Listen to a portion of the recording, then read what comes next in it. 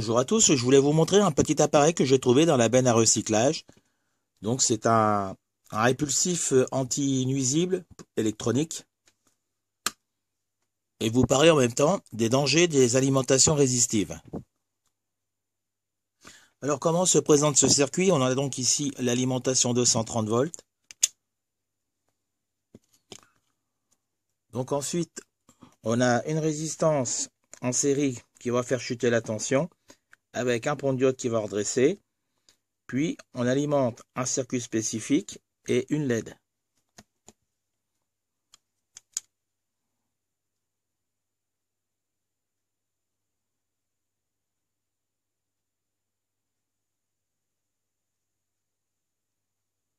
Sur le petit circuit intégré, le CMS, il n'y a aucune inscription.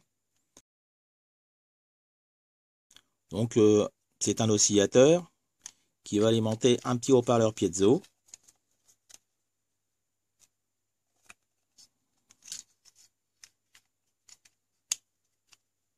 Bon, ben, j'ai remarqué que sur le circuit, là, ça avait bien chauffé. Ça se trouve juste en dessous les résistances de limitation. Donc, c'est deux résistances qui sont en parallèle. Ça permet d'augmenter la puissance. Et il y en a une qui a brûlé.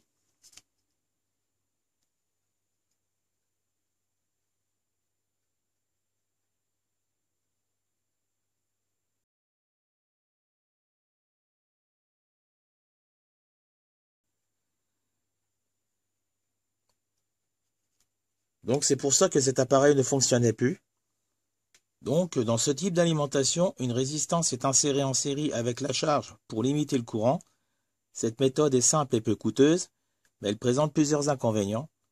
Une grande perte d'énergie sous forme de chaleur et une mauvaise régulation de la tension en fonction de la charge. Et là, vu comment les résistances sont chauffées, on aurait pu déclencher un incendie. Bon, si on veut contrôler si le circuit fonctionne toujours, on peut brancher une alimentation continue directement à la sortie du pont de diode. Donc là, je vais essayer de mettre 9 volts et voir s'il fonctionne toujours. Et dans ce cas, je changerai les deux résistances là.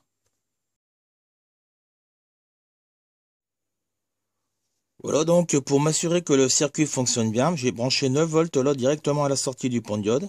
Donc le plus, le rouge là, le moins. Sur la sortie, j'ai branché la sonde de l'oscilloscope. Et j'ai une fréquence d'environ 24 kHz.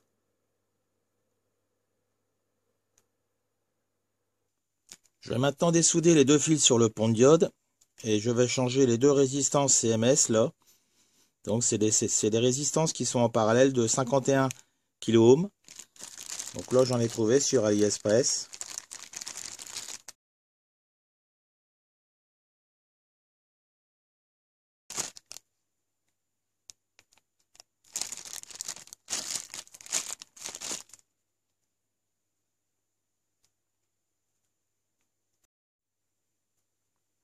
Une fois que j'aurai changé les deux résistances CMS, je regarderai avec la caméra thermique pour voir la température.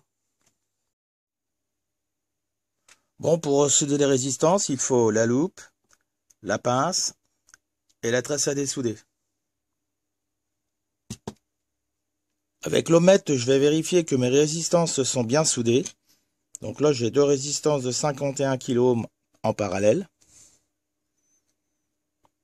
Et là, je trouve environ 25 kΩ.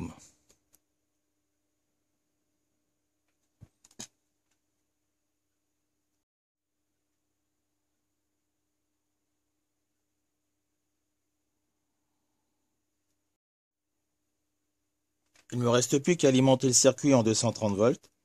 Et ensuite, je vais vérifier avec la caméra thermique pour voir comment que les résistances chauffent.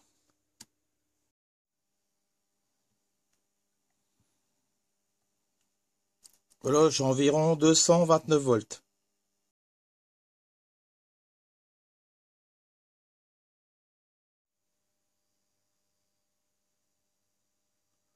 Au bout de 5 minutes, on est déjà à plus de 140 degrés.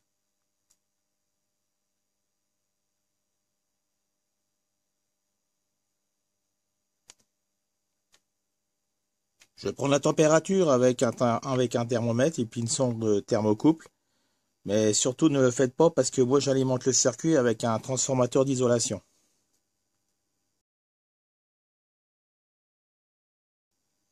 Donc au pied de la résistance,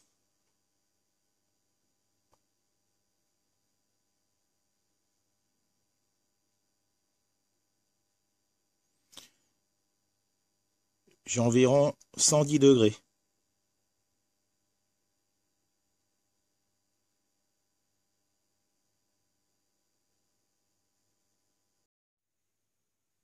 On peut donc en conclure que dans ce genre d'appareil, il y a beaucoup de pertes joules.